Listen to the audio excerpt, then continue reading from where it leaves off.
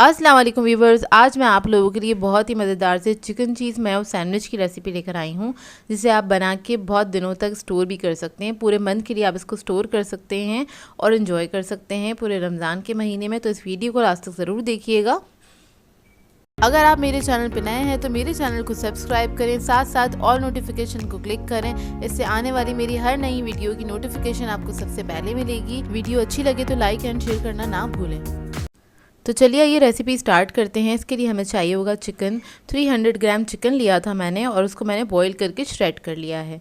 ये ऐड कर देंगे एक बाउल के अंदर। फिर हम इसके अंदर ऐड करेंगे कैप्सिकम 1 कप के बराबर डाइस कटी हुई है। चेडर चीज़ ऐड करेंगे 1 कप। फिर हम इसके अंदर ऐड करेंगे कुटी हुई लाल मिर्च 1.5 टीस्पून। सॉल्ट ऐड करेंगे 1 टीस्पून। चिकन पाउडर ऐड करेंगे इसमें 1 teaspoon. Black pepper powder add करेंगे इसके अंदर 2 टीस्पून। इसको मिक्स करेंगे हल्का सा।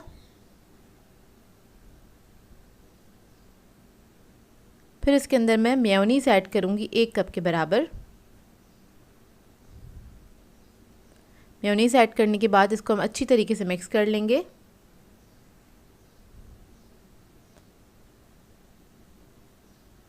तो ये देखिए अच्छे से मिक्स हो गया है। और अब हमें चाहिए होंगे ब्रेड के स्लाइसेस। तो यहाँ ये सैंडविच बनाने के लिए मैंने स्मॉल साइज़ की ब्रेड ली है। उसके अंदर ये मिक्सचर रख देंगे और इसको हमने स्प्रेड कर लेना है। अच्छी क्वांटिटी में लगा देना है इसके ऊपर इस तरह से। दूसरे स्लाइस से हम कवर करेंगे इसको। कॉर्नर्स को आपने अंदर ही कर देना है ताकि कॉर्नर्स इसके ख़राब ना हो। तो देखिए जो बाहर निकल रहा है मिक्सचर उसको आपने अंदर कर देना है इस तरह से। इसके बाद हम इसको रख लेंगे। इसी तरह से हम सारे सैंडविचेस रेडी कर लेंगे। और इसकी कोटिंग के लिए हमें अंडा चाहिए होगा। इसके अलावा ब्रेड क्रम्स है मेरे पास। तो सबसे पहले हम इसके ऊपर अंडा लगाएंगे और ब्रेड क्रम्स लगा देंगे। इससे क्या होगा, ये सैंडविचेस सिक्योर हो जाएंगे और आप इसको पूरे मंथ के लिए आराम से स्टोर कर सकते हैं फ्रीज़र में रख के। ये देखिए इस तरह से आपने कोट कर देना है।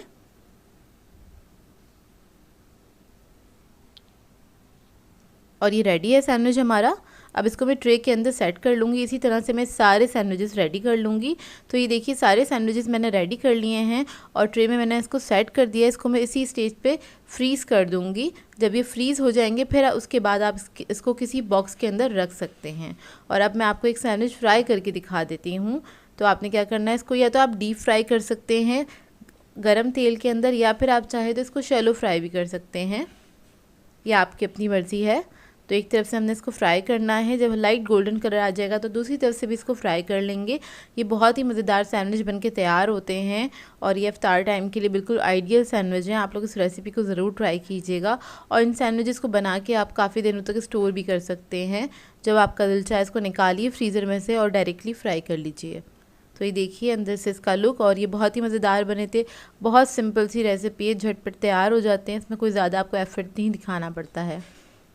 सो व्यूअर्स, अगर आप लोगों को मेरी रेसिपीज़ अच्छी लगती हैं तो मेरे चैनल को सब्सक्राइब करें, लाइक करें, कमेंट ज़रूर किया करें, शेयर भी ज़रूर किया करें अपने फ्रेंड्स के साथ, फैमिली के साथ। तो मुझे अपनी दुआ में याद रखिएगा। अल्लाह हाफ़िज़।